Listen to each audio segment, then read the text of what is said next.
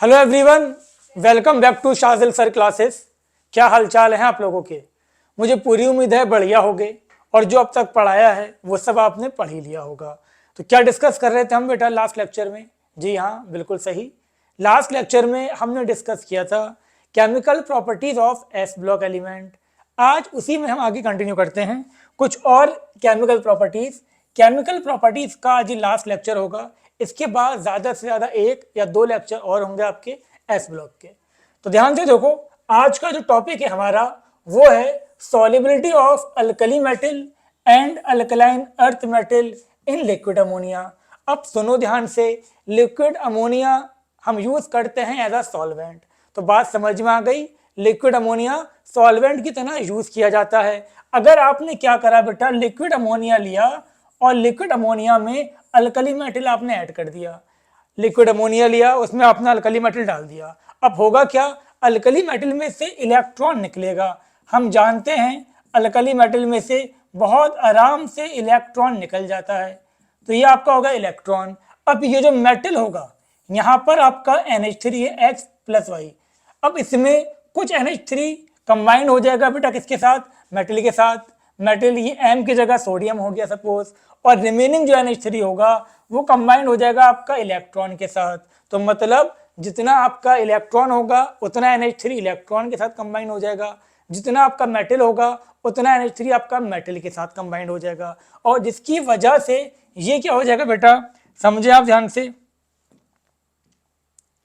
ये बन गया आपका कैटाइन, अमोनेटेड कैटाइन। अमोनिया साथ में है तो इसको हम क्या बोल देंगे, अमोनेटेड कैटाइन। और ये इलेक्ट्रॉन नेगेटिव चार्ज होता है तो इसको हम बोल देते हैं बेटा अमोनेटेड एनाइन। तो ये बात समझ में आ गई कि जब भी अल्कली मेटल को लिक्विड अमोनिया में डाला जाएगा तो मुझे क्या मिलेगा, एक सोल्यूशन मिलेगा जिसमें कैटाइन भी होगा और जिसमें एनाइन भी होगा, लेकिन हाइड्रोजन गैस रिलीज नहीं होगी। जी हाँ, इंपॉर्टेंट पॉइंट है, क्वेश्चन बनेगा इस पर कि लिक्विड अमोनिया पे अल्कली मेटल डालने पर हाइड्रोजन गैस इवॉल्व नहीं होती। देखें आप ध्यान से, alkali metal and alkaline earth metal dissolve in liquid ammonia without evolution of hydrogen gas. Clear हो गई? यहाँ तक बात सिंपल सी बात थी। उसके बाद कोई पूछ ले कि इसका कलर क्या होगा, क्या कहोगे बेटा, इसका कलर होगा ब्लू। तो ये जो सोल्यूशन आपको मिलेगा इसका कलर कैसा होगा बेटा, ब्लू कलर का होगा। अब देखिए आप, इसमें कैटाइन भी था, इसमें एनाइन भी था, तो इसका मतलब ये क्या होगा, गुड कंडक्टर ऑफ इलेक्ट्रिसिटी। क्यों कंडक्ट करेगा electricity? Due to cation and anion. हम जानते हैं जिसमें भी कैटाइन होता है, एनाइन होता है, वो क्या होता है, गुड कंडक्टर। तो क्लियर हो गई ये बात, solution is a good conductor of electricity due to cation and anion, दोनों की वजह से। इलेक्ट्रॉन मत बोल देना, कैटाइन और एनाइन की वजह से ही आपका कंडक्टर होगा। The solution is paramagnetic in nature. अब ये बात समझ में आपके आई गई होगी, फ्री इलेक्ट्रॉन्स हैं और जब फ्री इलेक्ट्रॉन्स होते हैं तो वो क्या होता है, पैरामैग्नेटिक। तो सोल्यूशन क्या होगा बेटा, हमेशा पैरामैग्नेटिक होगा। अब सुन लो ध्यान से, तुमने क्या करा बेटा, जो लिक्विड फॉर्म में सोल्यूशन है उसको हीट कर दो, उसको क्या करो, गर्म करो। गर्म करने से क्या होगा, सॉल्वेंट उड़ता रहेगा और मेटल जमा होने लगेगा। एक मेटल में क्या होगा बेटा, क्लस्टर बनने लगेंगे, मेटल जमा होने लगेगा एक जगह, तो उसको हम बोल देते हैं मेटल क्लस्टर। तो याद रखें आप, जब भी आप क्या करोगे, सोल्यूशन को हीट करोगे या उसमें बहुत ज़्यादा मेटल ऐड कर दोगे तो उसका जो कलर है ब्लू कलर से वो चेंज हो जाएगा, कैसा, brown, due to formation of metal cluster. बात समझ में आ गई? कलर चेंज होने के कितने रीजन बताए मैंने?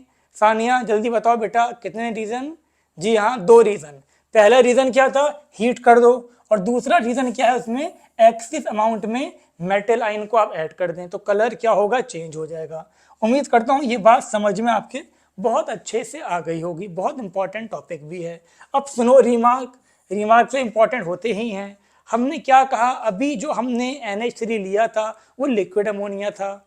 अब ये बताओ, अगर मैं ड्राई अमोनिया ले लूँ, गैस ले लूँ तो क्या होगा? तो सुनो ध्यान से बेटा, however when dry NH3 gas pass over alkali metal amide are formed. जी हाँ, बिल्कुल सही सुना आपने। अगर आपने यहाँ पर सोडियम ले लिया और सोडियम को रिएक्ट करवाया आपने NH3 के साथ, तो यहाँ बन जाएगा आपके पास सोडियम अमाइड।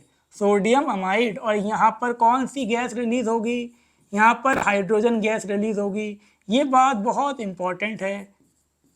सोडियम अमाइड, अगर लिक्विड अमोनिया लिया तो हाइड्रोजन गैस रिलीज नहीं होगी, ड्राई अमोनिया लिया तो हाइड्रोजन गैस रिलीज होगी, चाहे कोई सा भी अल्कली मेटल हो।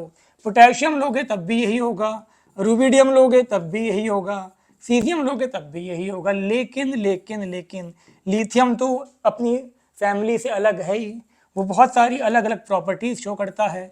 उसमें से एक प्रॉपर्टी है ये कि अगर आपने लिथियम को रिएक्ट करवाया ड्राई NH3 के साथ तो वो क्या बनाएगा बेटा, वो बनाएगा लिथियम इमाइड। क्या बनाएगा, लिथियम इमाइड। इमाइड क्या होता है बेटा, इमाइड होता है आपका NH2- या 2 लगा दो, ये हो गया आपका इमाइड। लेकिन हाइड्रोजन गैस तो ये भी रिलीज करेगा। तो बात समझ में आ गई। अल्कली मेटल को जब आप ड्राई NH3 से रिएक्ट करवाओगे तो क्या बनाएगा, अमाइड बनाएगा। लेकिन अल्कली मेटल में अगर लिथियम ले लिया तो उसकी तो कहानी ही अलग है, अलग ही दुनिया में रहता है वो। तो वो क्या बनाएगा बेटा, लिथियम इमाइड। उम्मीद करता हूँ ये बात भी आपके समझ में आ गई होगी। अगली कहानी पे आते हैं, रिएक्शन विद कार्बन। अब सुन लो ध्यान से बेटा, except beryllium all other alkaline earth metal and their oxide when heated with carbon form metal carbide. बहुत इंपॉर्टेंट है, अल्कली मेटल के तो कार्बाइड बनते ही नहीं है, और अल्कलाइन अर्थ मेटल के कार्बाइड बनते हैं। अब जो अल्कलाइन अर्थ मेटल के कार्बाइड हैं, बेरिलियम के अलावा जितनी भी हैं वो डायरेक्टली क्या करते हैं, कार्बन से भी रिएक्ट करते हैं, और कार्बन से रिएक्ट करके कार्बाइड बनाते हैं। या फिर उनका ऑक्साइड जैसे कि कैल्शियम ऑक्साइड, मैग्नीशियम ऑक्साइड, वो कार्बन के साथ उनको आप हीट कर दो तो यहाँ पर भी क्या बना लेगा आपका, ये मेटल कार्बाइड। मेटल कार्बाइड बोले तो जैसे यहाँ C2, इसको हम क्या बोलेंगे, कैल्शियम कार्बाइड। अगर हमने यहाँ मैग्नीशियम ले लिया तो मैग्नीशियम कार्बाइड। बात समझ में आ गई। बेरिलियम डायरेक्टली रिएक्ट नहीं करता, लेकिन ऐसा नहीं है कि बेरिलियम कार्बाइड नहीं बनाता। अब ध्यान से सुन लो, सुनने वाली बात है। क्या कहा मैंने, मैग्नीशियम, कैल्शियम, स्ट्रोंशियम, बेरियम, ये सब कार्बाइड बनाते हैं। फॉर्मूला क्या होता है, MC2। लेकिन अगर बेरिलियम कार्बाइड बनाएगा, वो बनाएगा कैसे, when beryllium oxide heated with carbon at about इतना ज़्यादा टेम्परेचर, याद रखना very high temperature 2000 degree Celsius. तो यहाँ पर हमारे कार्बाइड तो मिलेगा, लेकिन कार्बाइड का फॉर्मूला क्या होगा, BE2C। वहाँ क्या था, MC2। यहाँ कार्बन पे 2 थे, यहाँ बेरिलियम पे 2 हैं, कार्बन पे 1 है। बहुत इंपॉर्टेंट है, याद रखना।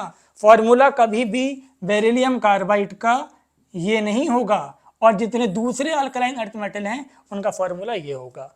क्लियर है, बहुत अच्छी बात है। अब देख लो जरा ध्यान से, अगर मैंने कैल्शियम को कार्बन से रिएक्ट करवाया, क्या मिला मुझे, कैल्शियम कार्बाइड। बेटा बात समझ में आई, क्या बना, कैल्शियम कार्बाइड।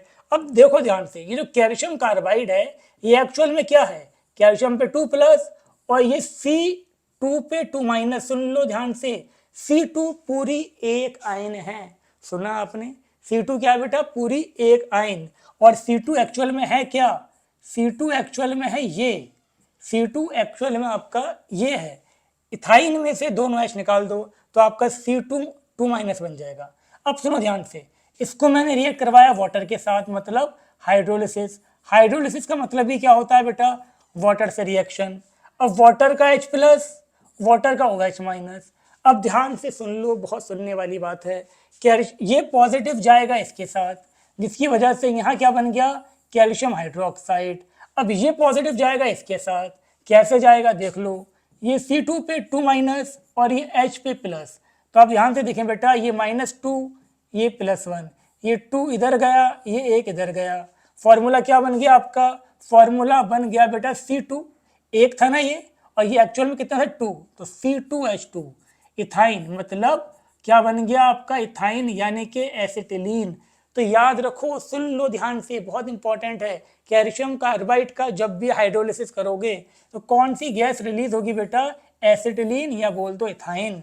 क्लियर है, बहुत अच्छी बात। लेकिन अगर तुमने बेरिलियम ऑक्साइड को हीट करा, क्या बन गया आपका, बेरियम, आपका क्या बन गया, बेरियम कार्बाइड।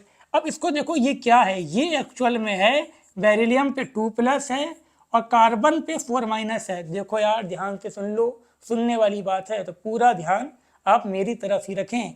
यहाँ क्या बन रहा था, एसिटिलीन। यहाँ क्या बनेगा, यहाँ पर ये जो बना है ये एक्चुअल में ऐसे बना है, इसकी +2 वैलेंसी, इसकी -4 वैलेंसी। सिंप्लीफाई कर दो, डिवाइड कर दो 2 से, ये +1 हो गया, ये -2 हो गया, तो फॉर्मूला क्या बन गया आपका, B2C। बात क्लियर हो गई। यानी कि एक्चुअल में इसमें जो आइंस हैं वो कौन सी आइंस हैं, ये वाली आइंस हैं। वाटर ब्रेक होगा H+ और OH-।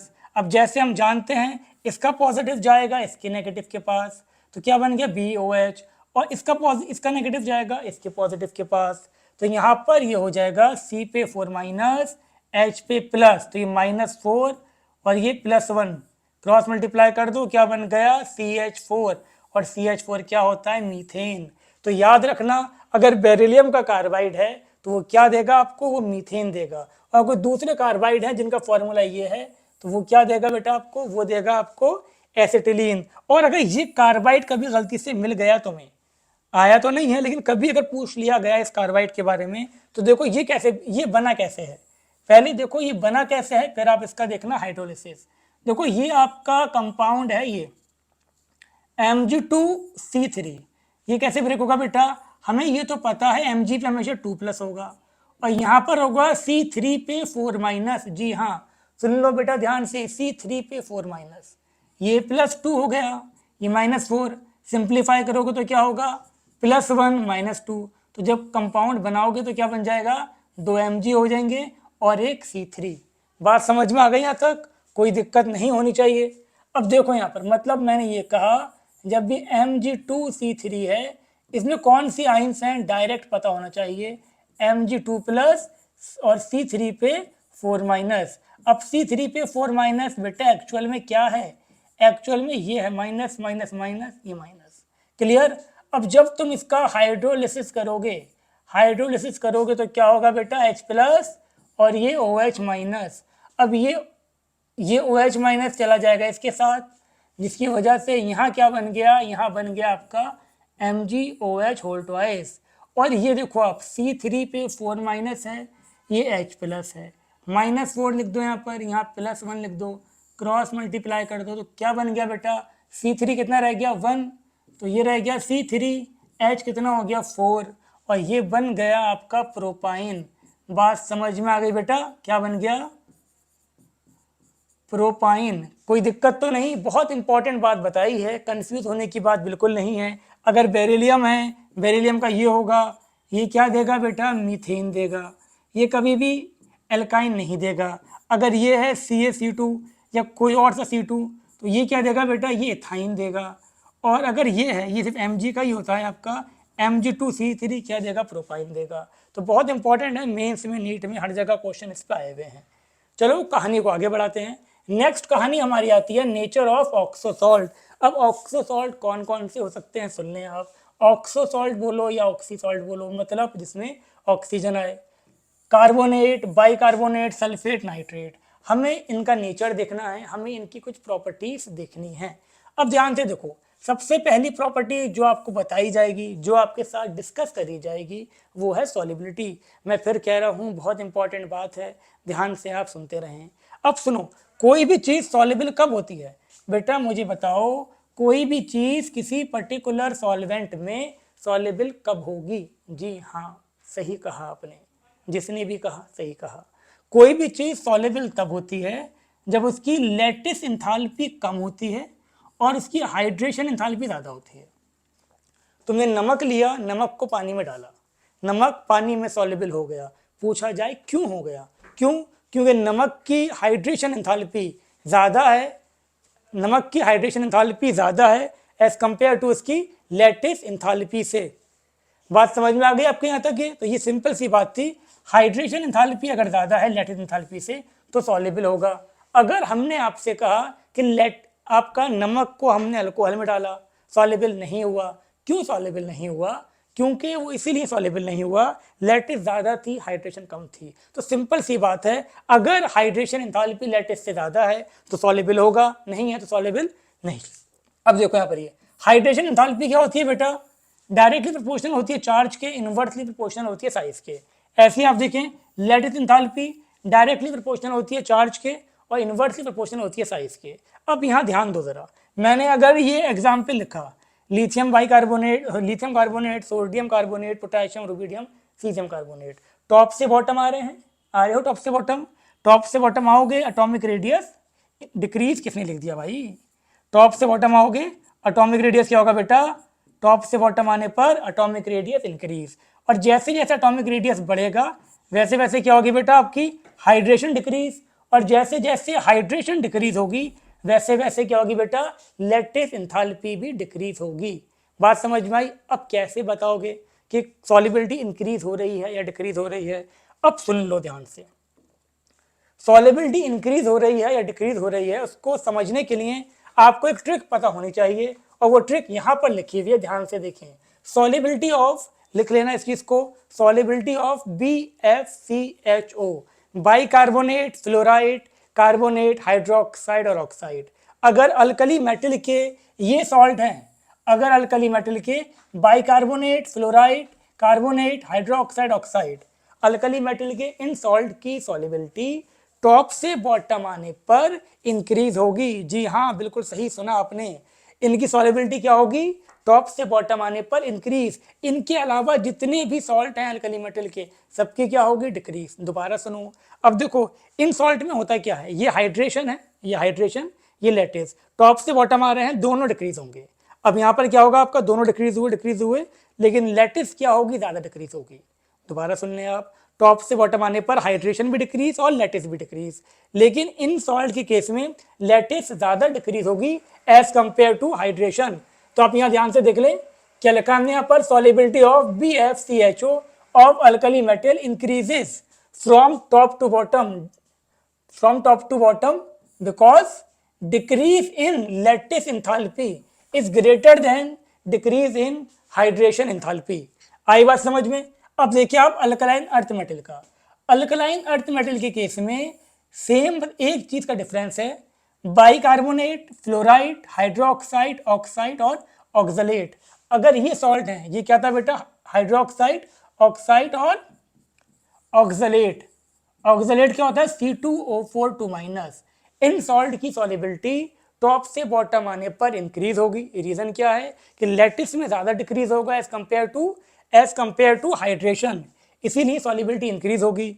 और इनके अलावा जितने भी सॉल्ट बचते हैं, चाहे वो अल्कली मेटल के हों या वो अल्कलाइन अर्थ मेटल के हों, उन सब की सॉल्युबिलिटी क्या होगी बेटा, टॉप से बॉटम आने पर डिक्रीज होगी। और जब सॉल्युबिलिटी टॉप से बॉटम आने पर डिक्रीज हो रही है, रीजन तुमसे पूछा जाए क्यों हो रहा है ऐसा, तो क्या बताओगे, because decrease in hydration is greater than decrease in lattice enthalpy. Clear हो गई यहाँ तक बात? स्क्रीनशॉट ले लो, लिख लो, जो भी करना है।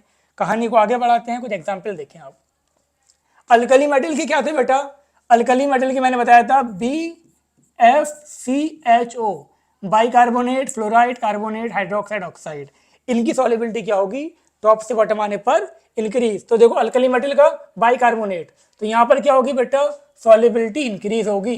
क्लियर हो गई यहाँ तक बात? अब ये देखो अल्कलाइन अर्थ मेटल के मैंने क्या बताए थे, अल्कलाइन अर्थ मेटल की bicarbonate, fluoride, hydroxide, oxide, oxalate. Alkaline earth metal की इन सॉल्ट की क्या होनी थी, इंक्रीज। तो ये बाइकार्बोनेट है, तो यहाँ पर क्या हुआ बेटा, यहाँ पर आपका सॉल्युबिलिटी इंक्रीज हो गई। अब ये देखो फ्लोराइड है, फ्लोराइड इसमें भी इंक्रीज था, इसमें भी इंक्रीज था। अब ध्यान से देखो यहाँ पर भी क्या हो गया, आपकी सॉल्युबिलिटी इंक्रीज। बट यहाँ पर एक छोटा सा ट्विस्ट है, सॉल्युबिलिटी इंक्रीज तो होगी, सॉल्युबिलिटी टॉप से बॉटम आने पर इंक्रीज तो होगी, लेकिन इसकी सबसे ज्यादा होगी, बस ये एक्सेप्शन है, अदरवाइज सब कुछ पहले की तरह है। सॉल्युबिलिटी का ऑर्डर क्या हो जाएगा आपका, ये हो जाएगा। ये ध्यान रखना, अल्कलाइन अर्थ मेटल का जो फ्लोराइड है उसमें बेरिलियम की सॉल्युबिलिटी सबसे ज्यादा होती है। अब देखो कार्बोनेट, अल्कली मेटल का कार्बोनेट में क्या था बेटा, अल्कली मेटल की कार्बोनेट में सॉल्युबिलिटी इंक्रीज। हाइड्रोक्साइड चाहे अल्कली का हो या अल्कलाइन अर्थ मेटल का हो, सॉल्युबिलिटी क्या होगी, इंक्रीज होगी। ऐसे आप देख लें अल्कलाइन अर्थ मेटल का ऑक्सलेट, ऑक्सलेट क्या था बेटा, C2O4 इसमें भी क्या था आपका, अल्कलाइन अर्थ मेटल का अगर ऑक्सलेट है तो सॉल्युबिलिटी बेटा इंक्रीज ही होगी। बात समझ में आ गई? ये दो ट्रिक याद रखो, बहुत इंपॉर्टेंट है किसी भी कंपटीशन के लिए। अब यहाँ देखो ये क्या हो जाएगा बेटा, कार्बोनेट, ये आपका अल्कली मेटल का कार्बोनेट नहीं है, अल्कलाइन अर्थ मेटल का कार्बोनेट है। और हम जानते हैं BFHOO अल्कलाइन अर्थ मेटल का सिर्फ इनकी इंक्रीज होती है, मतलब अल्कलाइन अर्थ मेटल की कार्बोनेट की सॉल्युबिलिटी डिक्रीज होगी। बहुत इंपॉर्टेंट है, याद रखना, अल्कली मेटल की इंक्रीज, अल्कलाइन अर्थ मेटल की डिक्रीज। पूछा जाए डिक्रीज क्यों है, ये क्वेश्चन आपका आया हुआ है सल्फेट वाला। इन सब में क्या हो रहा है बेटा, डिक्रीज। सल्फेट किसी का भी हो डिक्रीज, नाइट्रेट किसी का भी हो डिक्रीज, क्लोराइड किसी का भी हो डिक्रीज, क्योंकि सिर्फ इनकी इंक्रीज होती है, अदरवाइज सबकी क्या होती है, डिक्रीज। पूछा गया क्वेश्चन है कि सॉल्युबिलिटी, मेंस का क्वेश्चन है ऑर्डर क्या होगा, ऑर्डर तो हो गया। आपका असर्शन रीजन में क्वेश्चन ये था क्यों डिक्रीज होगा, तो डिक्रीज होने का रीजन क्या है, because decrease in hydration enthalpy is greater than decrease in lattice enthalpy। Clear हो गई यहाँ तक बात, उम्मीद करता हूँ ये बात सबके समझ में आ ही गई होगी। नेक्स्ट कहानी पे आते हैं, अब समझो ध्यान से। मैंने क्या कहा आपसे, सेकंड हमारा है थर्मल स्टेबिलिटी। बहुत इंपॉर्टेंट टॉपिक है ये भी, अभी 5 मिनट बाद सुन लोगे तो समझ में आ जाएगी, नहीं सुनोगे तो भाई इसमें तुम्हारा घाटा, मेरा कुछ नहीं जाता। अब देखो यहाँ पर ध्यान से, for a compound having poly atomic anion, पहले तो आप सबको ये पता होना चाहिए कि पॉली एटॉमिक अनाइन क्या होता है। क्या होता है बेटा, जल्दी बताओ, क्या कहा, नहीं पता, बहुत गलत बात। अब देखो, पॉली एटॉमिक अनाइन वो होता है जो नेगेटिव चार्ज तो है लेकिन उसके अंदर एक से ज्यादा एटम है। ये बताओ क्या ये पॉली एटॉमिक अनाइन है, बिल्कुल नहीं है, एटम तो एक ही है, चार्ज कितना भी हो एटम तो एक है, तो ये पॉली एटॉमिक अनाइन नहीं है। क्या ये पॉलीएटॉमिक है, ये भी नहीं है। क्या आपका, हमने लिखा क्या ये पॉलीएटॉमिक है, ये भी नहीं है। क्या ये पॉलीएटॉमिक है, ये भी नहीं है। तो ये सब क्या थे बेटा, ये सब थे आपके मोनोएटॉमिक समझते हो, जिसमें एक एटम हो, मोनोएटॉमिक एनाइन। क्लियर हो गया तक बात। अब मैंने यहाँ पर लिखा O2 पे 2- एक से ज्यादा एटम हो गया तो उसको हम बोलेंगे पॉलीएटॉमिक एनाइन। ये पॉलीएटॉमिक एनाइन हो गया। CO3 2- polyatomic, HCO3- polyatomic, OH- polyatomic, etcetera. अब तो समझ ही गए हो गए, चलो एक्स्ट्रा को इसको हटा देते हैं, एक और लिख देते हैं। हमने सल्फेट लिखा, SO4 2- पॉलीएटॉमिक, अब लिख देते हैं चलो। तो ये बात समझ में आ गई, वो एनाइन जिसमें एक से ज्यादा एटम होते हैं क्या बोलेंगे उसको, पॉलीएटॉमिक। अब 2 केस लिखे हैं, एक लिखा है मोनोएटॉमिक एनाइन का, एक लिखा है पॉलीएटॉमिक एनाइन का। अब सिंपल सी बात याद रखो, अब तुम्हें सिर्फ और सिर्फ अपनी आंखों का इस्तेमाल करना है और देखो, थर्मल स्टेबिलिटी डायरेक्टली प्रोपोर्शनल होगी साइज ऑफ कैटाइन के। अगर एनाइन पॉलीएटॉमिक है, अगर एनाइन पॉलीएटॉमिक है तो थर्मल स्टेबिलिटी डायरेक्टली प्रोपोर्शनल है साइज ऑफ कैटाइन के। सुन लो ध्यान से, जैसे मैंने यहाँ पर लिखा आपका LiHCO3, मैंने लिखा NaHCO3, मैंने यहाँ पर लिखा आपका KHCO3, यहाँ लिखा मैंने RbHCO3। अब ध्यान से देखो, यहाँ पर जो एनाइन है बेटा वो क्या है, पॉलीएटॉमिक। अगर पॉलीएटॉमिक एनाइन है तो थर्मल स्टेबिलिटी क्या होगी, इंक्रीज होगी। कब इंक्रीज होगी थर्मल स्टेबिलिटी, तब इंक्रीज होगी, यहाँ पर देखो size of cation, size of cation क्या हो रहा है जल्दी बताओ, साइज ऑफ कैटाइन इंक्रीज। और जैसे जैसे साइज ऑफ कैटाइन इंक्रीज होता है पोलराइजेशन क्या होता है, पोलराइजेशन डिक्रीज होता है। तो रीजन तो इसका ये है, जब पोलराइजेशन डिक्रीज होगा आपका, जब भी पोलराइजेशन डिक्रीज होगा तो थर्मल स्टेबिलिटी इंक्रीज होगी। लेकिन पोलराइजेशन तुम मत सुनो, तुम बस ये सुनो साइज ऑफ कैटाइन। तो जब भी पॉलीएटॉमिक एनाइन होगा तो साइज ऑफ कैटाइन इंक्रीज होगा अगर आपका, तो स्टेबिलिटी भी क्या होगी आपकी, इंक्रीज होगी। और देखो एग्जाम्पल, मैंने यहाँ पर लिखा Li2CO3, मैंने यहाँ पर लिखा आपका Na2CO3, मैंने यहाँ पर लिखा बेटा K2CO3, मैंने यहाँ पर लिखा आपका Rb2CO3। अब मुझे ये बताओ इसमें इंक्रीज होगी या डिक्रीज, जी हाँ बिल्कुल सही, पॉलीएटॉमिक अनाइन है और रेडियस क्या हो रहा है यहाँ पर आपका, साइज ऑफ कैटाइन, जल्दी बताओ, साइज ऑफ कैटाइन जब इंक्रीज हो रहा है तो थर्मल स्टेबिलिटी भी इंक्रीज होगी। बात समझ में आ गई बेटा, साइज ऑफ कैटाइन इंक्रीज और थर्मल स्टेबिलिटी भी क्या होगी आपकी, इंक्रीज। बात क्लियर है, कोई डाउट तो नहीं है। तो ये बात सबके समझ में अब आ ही रही होगी बेटा। दोबारा देख लो एक आध एग्जाम्पल, जब भी पॉलीएटॉमिक एनाइन है हमने यहाँ पर लिखा आपका Li2SO4, हमने बेटा यहाँ क्या लिखा, यहाँ लिखा हमने Na2SO4, यहाँ लिखा हमने K2SO4, यहाँ लिखा हमने Rb2SO4, यहाँ लिखा हमने CS2SO4। पॉलीएटॉमिक एनाइन है, इसमें थर्मल स्टेबिलिटी इंक्रीज। हमने यहाँ पर लिखा LiOH, हमने यहाँ लिखा बेटा NaOH, हमने लिखा KOH, हमने यहाँ लिखा RbOH, हमने लिखा CSOH। बात समझ में आ गई होगी। अगर पॉली एटॉमिक एनाइन है, कितने भी मैं एग्जाम्पल यहाँ पर लिख सकता था, लेकिन समझदार को इशारा काफ़ी है, और मुझे पता है जो ये वीडियो देख रहा है वो बहुत समझदार होगा। ठीक है बेटा, तो यहाँ पर क्या हुआ आपका, यहाँ पर आपका हमने देखा size of cation, size of cation क्या हो रहा है बेटा, साइज ऑफ कैटाइन इंक्रीज, तो आपकी थर्मल स्टेबिलिटी, चलो उसको यहाँ से हटा के यहीं लिख देते हैं, तो बेटा इसकी थर्मल स्टेबिलिटी क्या होगी, इंक्रीज होगी। उम्मीद करता हूँ यहाँ तक सबके क्लियर हो गया होगा।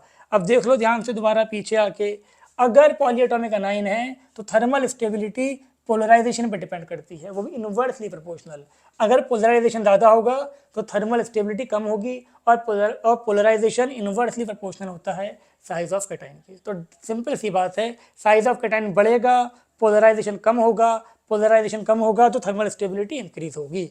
अब आ जाओ इस पे मोनोटॉमिक पे।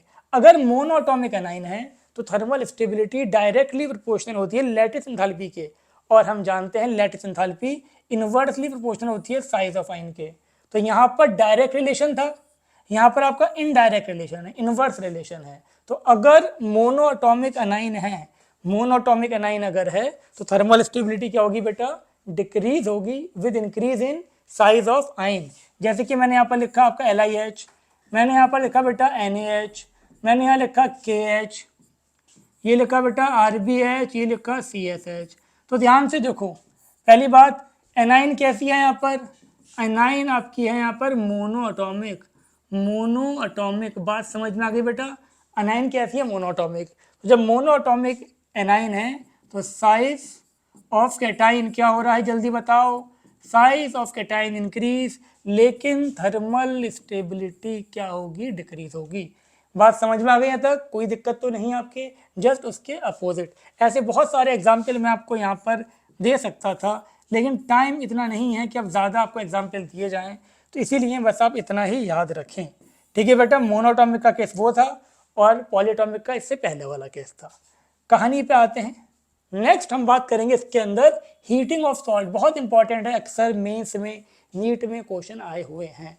अब सुनो ध्यान से, अगर मेटल कार्बोनेट है, दिख जाएगा आंखों से, जब भी कोई मेटल कार्बोनेट होता है, सब जानते हो बचपन से कि वो हीट करने पर मेटल ऑक्साइड देता है और CO2 देता है। जब भी हम मेटल कार्बोनेट को हीट करते हैं क्या मिलता है, मेटल ऑक्साइड और CO2। जैसे कि हमने लिखा यहाँ पर CaCO3, हीट करा तो क्या मिला आपको, हीट करा बिल्कुल सही CaO CO2। तो याद रखना ये मेटल की ऑक्साइड है तो ये बेसिक होती है। पूछा जा सकता है कौन सी ऑक्साइड मिलती है, बेसिक ऑक्साइड, और ये नॉन मेटेलिक है तो ये एसिडिक होगी। तो जब भी इसको हीट करोगे तो बेसिक ऑक्साइड भी मिलेगी और आपको एसिडिक ऑक्साइड भी मिलेगी।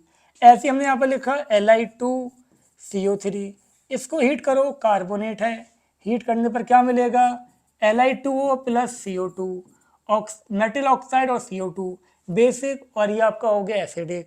लेकिन अगर तुमने सोडियम कार्बोनेट लिया या फिर पोटेशियम, रुबिडियम, सीजियम कार्बोनेट लिया, हीट करा, तो कुछ नहीं होगा, नो डिकम्पोजिशन, नो डिकम्पोजिशन। तो याद रखो, these carbonate are thermally very stable.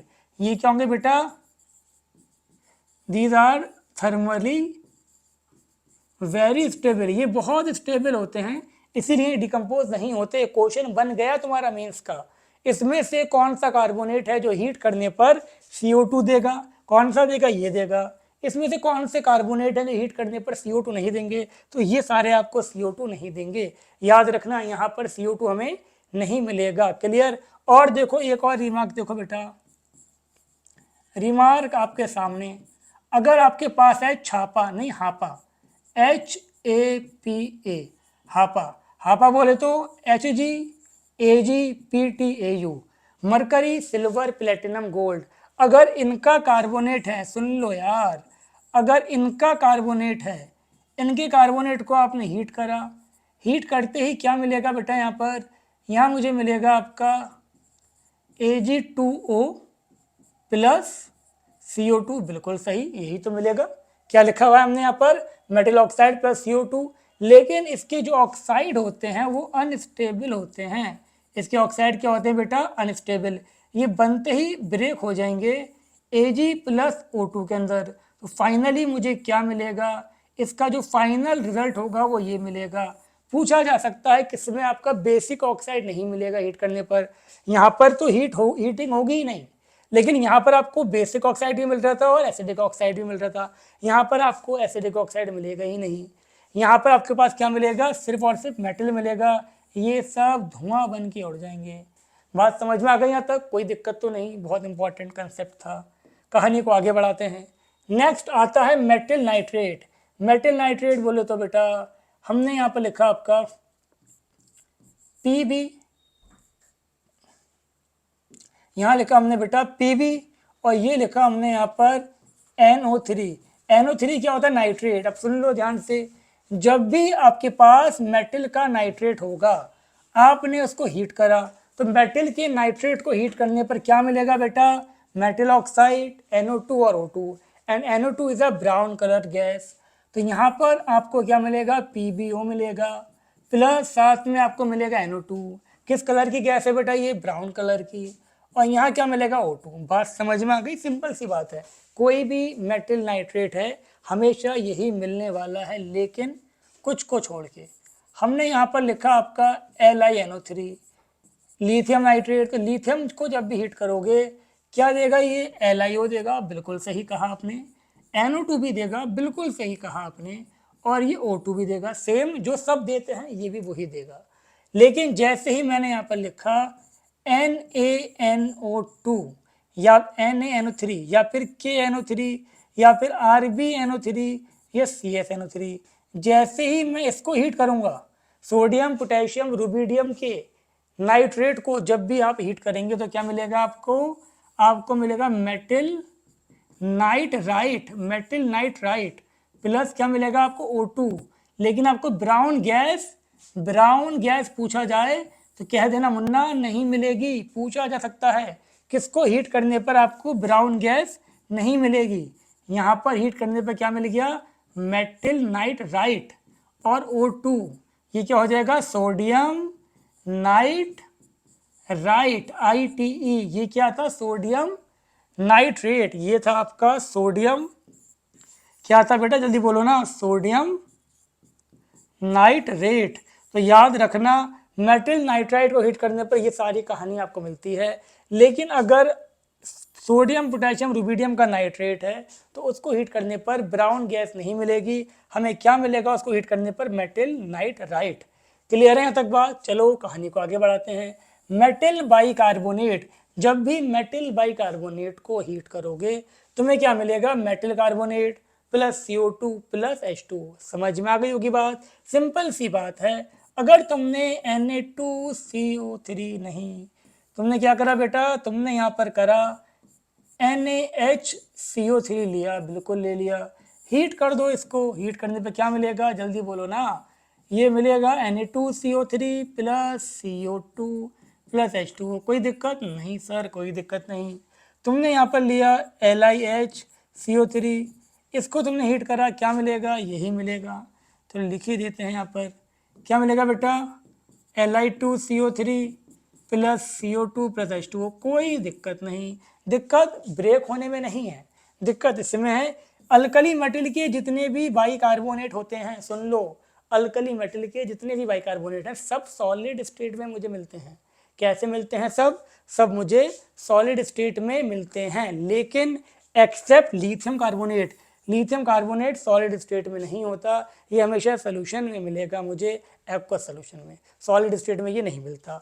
दूसरी बात, all alkaline earth metal carbonate and D block element carbonate exist in aqua solution, ये भी एक्वा सोल्यूशन में मिलेंगे, सॉलिड में नहीं मिलेंगे। तो सॉलिड में मिलेगा कौन? सॉलिड में मिलेगा सोडियम, पोटेशियम, रुबिडियम, सीजियम का बाइकार्बोनेट। क्लियर हो गई? तो यहाँ पर भी देखो, यहाँ जितनी भी हमने हीटिंग करी है हर जगह लिथियम की प्रॉपर्टी बिल्कुल डिफरेंट थी। इसी को हम बोलते हैं anomalous property of lithium. Lithium यहाँ लिक्विड स्टेट में मिल रहा है, एक्वस सॉल्यूशन में, सॉलिड में नहीं मिल रहा। क्लियर है बेटा? एक और फिर किस्सा खत्म। देखो यहाँ पर हम बात करते हैं मेटल सल्फेट। अगर मेटल सल्फेट तुम्हारे पास है, तुमने बेटा क्या लिया? PbSO4। PbSO4 तुमने लिया, इसको हीट करा, हीट करने पर ये तुम्हें देगा PbO, बिल्कुल सही। ये तुम्हें देगा SO2 और भी सही, और देगा O2। बात समझ में आ रही है? मेटल का कोई भी सल्फेट है, हमने CaSO4 लिखा, कोई भी सल्फेट है, हीट करने पे क्या देगा बेटा? हीट करने पर ऑक्साइड देगा, SO2 देगा और O2 देगा। लेकिन अगर आपके पास आयरन का सल्फेट है, सुन लो, आयरन का सल्फेट है, फेरिक सल्फेट, उसको आप हीट करोगे तो ये देगा आपको Fe3, ये देगा आपको Fe2O3 plus SO2 plus SO3। Advance का क्वेश्चन बन गया कि कौन सा कार्बोनेट है? आयरन का कार्बोनेट, कार्बोनेट नहीं सल्फेट बेटा। कौन सा सल्फेट है? आयरन का सल्फेट है, जो हीट करने पर एक ही एलिमेंट की दो एसिडिक ऑक्साइड देता है। SO2 भी एसिडिक है और SO3 भी एसिडिक है। तो उम्मीद करता हूँ ये बात आपके समझ में आ गई होगी। आयरन सल्फेट को हीट करोगे तो एक ही एलिमेंट की दो एसिडिक ऑक्साइड आपको मिलेंगी। क्लियर हो गया तक बात? और अगर आपके पास कॉपर सल्फेट है,